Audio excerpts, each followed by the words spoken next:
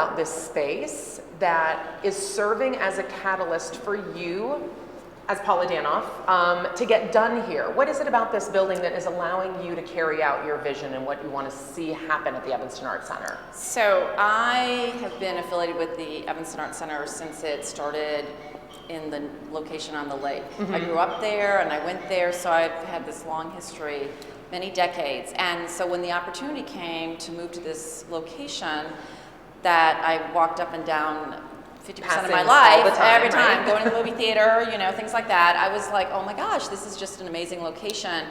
And it's just so interesting to me over the past 9 months that we've been here to see that just changing the location changes the way that people view our organization. Well, I think really one of the nice things about our new ceramic space is the ventilation is a lot better, the lighting is a lot better. It's really bright in here. Yeah, exactly. You're not in a basement. Yeah, exactly. Totally and different. We were in a basement before. The other thing is that we do get a lot more foot traffic, so for sales and shows, people can see what we're doing, what we're making, and they might be interested in taking a class and trying it out too. I think it's easy to get to. We have more visibility. We have a lot of people who come off the street. You know, people just wander in looking at the gallery, so I give them a tour, explain what we do. So anybody can walk in off the street and come, if you're not in the middle of a class, they can come and engage with you and talk about what it is that's here.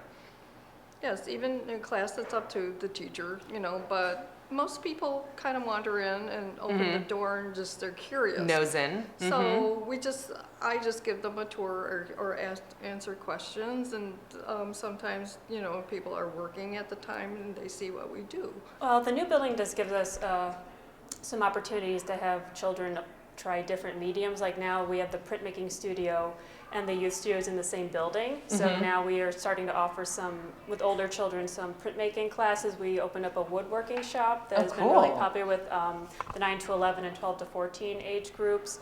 It's also really great is now we're starting to put up more student artwork, whereas before our exhibition space was primarily shows or other exhibitions by professional artists, but now we actually have more space, so now we can actually put a bunch of student artwork. So if your youth taking a drawing class here, there is the potential that you would have the opportunity to frame and show work here. Each term we try to put up some student artwork, and we also offer teachers like, hey, we have a wall space, do you have some images from a class you really want us to put up? Because we had some really fun scratch art and some really lovely watercolor clay boards that went up. There's something specific about this new space in this new building that is a platform for you. Is there anything about this new location that has allowed you to do things potentially maybe that you wouldn't have been interested or allowed to do in the previous space? So I think it really comes down to visibility. Visibility, the space it's more visible. It's bigger. I mean, you kind of drive by it, you see it. There's, you know, different organizations. There's Haven Middle School down the street. You have, you know, it's more accessible. Yeah. And I think that is really important when you are trying to sort of engage any community. And it's also adjacent to, you have the metro right here, and then you have the CTA down the street, and then there's a bus along Greenway. Yeah, so it's much more accessible. Yeah, people can easily get here.